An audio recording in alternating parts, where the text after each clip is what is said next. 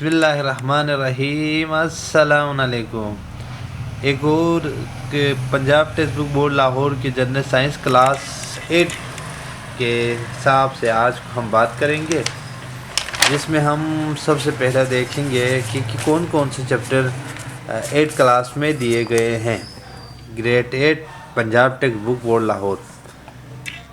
अगर आप देखिए तो जब सबसे पहला जो चैप्टर है इसका नाम है इकोलॉजी, इन्वायरमेंट से रिलेटेड है, इकोसिस्टम से रिलेटेड है। Second chapter name is human nervous system, human nervous system के हवाले से है। Chapter number 3 variation, heredity and cell division. उसके बाद है biotechnology, periodic table, chemical reaction, acid base and salt, force and pressure, reflection and reflection of light, electricity and magnetism, technology in everyday life और universe. यानी आपको comparatively bio के कुछ chapter दिए गए, यूनिवर्स से रिलेटेड कुछ चैप्टर दिए गए, फिजिक्स के हवाले से कुछ चैप्टर दिए और केमिस्ट्री के हवाले से कुछ। आज हमारे पास जो टॉपिक है वो है इकोलॉजी। इको का ताल्लुक इन्वायरमेंट से है। हमारे जो इन्वायरमेंट में जो लिविंग ऑर्गेनिज्म रहते हैं, चाहे नॉन लिविंग थिंग है चाहे लिविंग थिंग है, वो सारा का सारा कुछ किस पे है, इकोलॉजी में शामिल किए गए हैं। अब कहते हैं the environment in our surrounding has both living thing and non living thing. हमारे इन्वायरमेंट में पाए जाने वाले या तो लिविंग थिंग्स है या तो नॉन लिविंग थिंग्स है। Living things of an environment are known as biotic. जो भी लिविंग ऑर्गेनिज्म है, चाहे प्लांट है, एनिमल है, इन सब को हम कहेंगे बायोटिक। वो non living things of an environment establish abiotic. और जो हमारे पास नॉन लिविंग थिंग्स है उसको हम एबायोटिक कहेंगे। Both biotic and abiotic of environment are inter related. कहते हैं चाहे लिविंग थिंग्स हो चाहे नॉन लिविंग थिंग्स हो, एक दूसरे के साथ लिंक है, इंटरकनेक्टेड है, इंटर रिलेटेड है। The study of relation between biotic and abiotic component of is called ecology. कहते हैं कि इसी इन्वायरमेंट में पाए जाने वाले लिविंग थिंग्स हो जिसको बायोटिक कहा, नॉन लिविंग थिंग है जिसको हम एबायोटिक कहा, इन सब को मुश्तरका इन्वायरमेंट में बात करेंगे, स्टडी करेंगे, उसको हम कहेंगे ecology. The system of interaction or interdependence between biotic and abiotic of a component is called ecosystem। यानी हम आज़ादाना तौर पर इन दोनों की इंटरेक्शन की बात करेंगे, रिलेशन की बात करेंगे, बायोटिक से एबायोटिक, एबायोटिक से बायोटिक रिलेशन की बात करेंगे, उसको हम कहेंगे इकोसिस्टम। यानी सिस्टम बने निज़ाम से। अब आप देखिए यहाँ पे इस निशान से आपको क्या चीज़ वाज़िह हो रहे हैं। यहाँ पे एक उन्होंने रखा हुआ है abiotic component of the environment, दूसरी तरफ है biotic component of the environment. यहाँ से इसका रिलेशन है और यहाँ से इसका रिलेशन है। इसको हम कहेंगे natural cycle. In ecosystem, biotic metals like carbon dioxide and water are used by plants which trap the sunlight energy and convert into the food. Transport of energy to different organisms. Biotic chain as well as food chain is the most important function of the ecosystem। अब आपको पता है कि जो biotic system में है या abiotic matter है, जिसमें हमारे पास कार्बन डाइऑक्साइड है, पानी के साथ मिलकर प्लांट अपना खुराक खुद तैयार करता है, जो कि किसी भी लिविंग ऑर्गेनिज्म में, किसी भी सिस्टम के लिए, किसी भी इकोसिस्टम के गुजारने के लिए बहुत ज़रूरी है। On decay of dead body of the environment, abiotic material from both component are related biotic back into the abiotic component in ecosystem, facilitate the transport of material in cyclic way and the maintains the natural balance। अब कहा जाता है कि ज़ाहिर बात है जो भी लिविंग ऑर्गेनिज्म डेथ होंगे उस लिविंग ऑर्गेनिज्म को रिलीज बैक करना इनटू एबायोटिक कंपोनेंट्स में, जो कि किसी भी साइक्लिक के लिए बहुत ज़रूरी है। साइक्लिक से मुराद ये है कि निज़ाम चलाने के लिए, निज़ाम को बरकरार रहने के लिए इसका होना बहुत ज़रूरी है। अब हम बात करते हैं carbon and oxygen cycle. Carbon and oxygen. Carbon and oxygen are two elements that are essential to life. They are naturally present in the atmosphere in the form of carbon dioxide and oxygen gas. They constantly circulate between the environment and living organisms in a cyclic way. When plants prepare food in photosynthesis, they take place in carbon from the atmosphere in the form of carbon dioxide. The constantly circulate environment and living organisms in a cyclic way. When plant prepare food in photosynthesis, we take in carbon from the atmosphere in the form of carbon dioxide. The process they also release oxygen gas in the atmosphere. बताने का मकसद ये है कि carbon dioxide environment में carbon dioxide के form में होता है, कार्बन जो है इन्वायरमेंट में कार्बन डाइऑक्साइड के फॉर्म में होता है, और प्लांट कार्बन डाइऑक्साइड स्टोमेटा के ज़रिए से खुराक बनाता है और oxygen as a by product transfer करता है, या आप कहते हैं एज ए बाई प्रोडक्ट बनाते हैं। अब देखिए इस डायग्राम से आपको क्या चीज़ वाज़ी हो रहा है, तो इसमें यही बताया गया है कि जो सनलाइट है प्लांट कार्बन डाइऑक्साइड या एनिमल ऑक्सीजन इस्तेमाल करेगा, और प्लांट कार्बन डाइऑक्साइड वाटर और सनलाइट की मौजूदगी में खुराक बनाता है। उसके बाद आपको पता है कि वही प्लांट जो है different living organism as a खुराक इस्तेमाल करते हैं। ये जो साइकिल है, इस साइकिल को हम क्या कहेंगे, कार्बन और oxygen cycle. Are animal and plants respire to get energy, यानी तमाम लिविंग ऑर्गेनिज्म का मकसद क्या है कि वो एनर्जी हासिल करे। During respiration they take in oxygen from the atmosphere and release carbon dioxide to atmosphere. अब जाहिर बात है क्योंकि जो oxygen as a by product बनेगा और जो कार्बन डाइऑक्साइड है वो भी एटमॉस्फेयर में क्या होंगे, रिलीज होंगे। Similarly during decomposition and combustion of biomass matter of dead bodies, the oxygen gas present in environment is used and the carbon of biomass is released in the atmosphere in the form of carbon dioxide। कहते हैं कि जब living organism को हम decompose करेंगे, ये जलाएंगे, उस जलाने की वजह से अगर यही देखिए कंसेप्ट सिंपल सी है, अगर कोई चीज़ जलाने की वजह से आग ज़्यादा भड़के तो वो कार्बन डाइऑक्साइड है, अगर धुआं ज़्यादा निकले तो वो कार्बन मोनोऑक्साइड है। यह आपको दिखाया गया है, सेम वही है कि ये हमारे पास क्या है, ऑक्सीजन साइकिल है।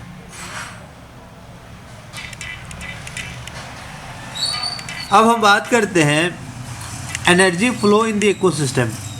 एक इकोसिस्टम के अंदर एनर्जी कैसे फ्लो हो सकता है। We know that organism need energy for the life activities. They get energy from food in an ecosystem. Plant product from during photosynthesis, क्योंकि प्लांट जो है अपना खुराक फोटोसिंथेसिस के जरिए तैयार करेगा। when our third term is producer, ये इसको साइंस की ज़बान में प्रोड्यूस करने वाला कहेगा। During photosynthesis, plant trap of energy from sunlight and stored in chemical energy in food. Animal continue the food prepared by plant and thus term is consumer। कहते हैं कि जो living organism animal direct plant को खाएगा उसको हम कहते हैं consumer. Animal that eat plant directly are का प्राइमरी, यानी जो लिविंग ऑर्गेनिज्म डायरेक्ट प्लांट को ही खाता है इसको हम कहेंगे प्राइमरी, या इसको हम कहें हर्बीवोर्स, यानी वो प्लांट या वो एनिमल जो सिर्फ प्लांट को खा सकता है तो उसको हम कहेंगे प्राइमरी कंज्यूमर या herbivores. All animal that other animals are का सेकेंडरी या टर्शरी कंज्यूमर आर कार्निवोर्स। अब प्लांट के अलावा भी कोई ऐसा लिविंग ऑर्गेनिज्म मौजूद है जो प्लांट को भी खा सकते हैं और एनिमल को उसको हम सेकेंडरी या टर्शरी या उसको कार्निवोर्स कहते हैं, यानी गोश्त भी खा सकते हैं और प्लांट भी खा सकते हैं, जिनमें हम मौजूद हैं। Human and some animals are both plant as well as meat of animal and are called omnivores। अगर दोनों एक साथ खाए जा सकते हैं, प्लांट को भी खाए और यानी एनिमल को भी खाए तो उसको हम कहेंगे ओमनिवर्स। कार्निवर्स सिर्फ गोश्त को खा सकते हैं। During the process of eating and being eaten, sunlight energy stored in plant food as well as chemical energy is transformed producer to different level of consumer. अब जाहिर बात है एक प्रोसेस के ज़रिए से वो डिफरेंट कंज्यूमर में कन्वर्ट हो जाएगा। ये उसका आपको कुछ एनर्जी फ्लो दिया हुआ है, जिसमें पहले ये बताया हुआ है कि एक प्रोड्यूसर है प्लांट, उसको खाएगा प्राइमरी कंज्यूमर्स हर्बीवोर्स या ग्रासहॉपर को खाएगा। चूहा ग्रासहॉपर को खा सकता है, और जो ग्रासहॉपर है उसको खाएगा स्नेक सेकेंडरी कंज्यूमर है, कार्निवोर से चूहे को खाएगा, और जो हैवाक है या शाहीन है ये ग्रासहॉपर को भी खा सकते हैं और स्नेक को भी खा सकता है। ये हमारे पास क्या है, प्राइमरी टर्शियरी कंज्यूमर है, या उसको हम कहते हैं ओमनीवोर्स। या आप डायग्राम से समझ सकते हैं।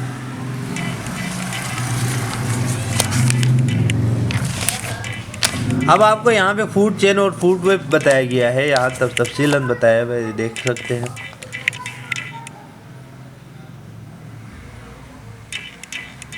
Production of food and feeding relation among organism the different level of form a food chain called food chain, यानी डिफरेंट लेवल के जो लिविंग ऑर्गेनिज्म है वो डिफरेंट लेवल की लिविंग ऑर्गेनिज्म को खा सकते हैं, उसको हम कहेंगे food chain.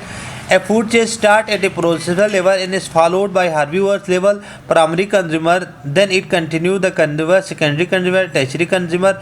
Eight the end that bodies of the living organism compost or consume by decomposer. कहते हैं कि कुछ लिविंग ऑर्गेनिज्म जो मर सकते हैं या ख़राब होगा, उस लिविंग ऑर्गेनिज्म को डिकम्पोज भी कर सकता है environment. In reality food chain are not simple, कहते हैं कि फूड चेन जो है इतना आसान नहीं है जो हमें दिखाया गया, because animal eat A varieties of living organism, क्योंकि जो एनिमल है वो वेराइटीज़ ऑफ ऑर्गेनिज्म को खा सकते हैं। A fox for example does not feed any on rabbits but also taken rat and squirrel in its diet. Similarly, owl and hawk may also take different organism as their food. अगर हम focus की बात करें तो focus rabbits को नहीं खाते हैं, बल्कि वो किसको खाते हैं, वो रेट चूहे और स्क्विरल को खाते हैं, बल्कि और ओवल उल्लू और हमारे पास हवैक शाहीन है, शाहीन डिफरेंट ऑर्गेनिज्म को खाते हैं। This relation or interaction between different organisms can be expressed may accurately as a food way shown all the living organisms in more than one food chain। अगर एक लिविंग ऑर्गेनिज्म एक से ज़्यादा animal को खाए, the chain are join together to make a food web, वो सब मिलकर क्या बनाते हैं, फूड वेब बनाते हैं। ये देखिए, ये सिंपल सा एक आपको डायग्राम बताया गया है, जिसमें प्लांट चूहे को खा रहा है, फोक्स चूहे को खा रहा है और लाइन फोक्स को खा रहा है। ये हमारे पास क्या है, फूड वेब है, ठीक है, जिसमें आपको मल्टीपल लिविंग ऑर्गेनिज्म के एक दूसरे के खाने को दिखाया गया। ये फूड वेब है। अब हम बात करते हैं ecological pyramid. The different feeding level of organism in ecosystem at tropical level, कहते हैं कि ज़्यादा लिविंग ऑर्गेनिज्म ट्रॉपिकल लेवल पे रहते हैं। Producer herbivore primary consumer biologist express the tropical relationship by the diagram. वही ट्रॉपिकल लेवल पे रहने वाले लिविंग ऑर्गेनिज्म को बायोलॉजिस्ट है, जो बायोलॉजी यानी माहिर है, बायो है, लाइफ है, ज़िंदगी के बारे में जो माहिर है, वो क्या करता है, किसी शेप के ज़रिए से या डायग्राम के ज़रिए से शो करता है। These diagram are thus as ecological या biological pyramid, कहते हैं कि उसी डायग्राम को हम इकोलॉजिकल या बायोलॉजिकल पिरामिड कहते हैं, यानी आपको एक ग्राफ के ज़रिए से या डायग्राम के ज़रिए से शो करते हैं। At the basis of the pyramids are producer are green plant, the upper level are occupied by the secondary, primary, secondary and tertiary consumer or ascending order. Usually primary consumer are herbivores and the rest are carnivores and omnivores. The ecological pyramids are usually based on number and weight of organism is typical level. Both the number and weight of organism decrease from base to the top of pyramid.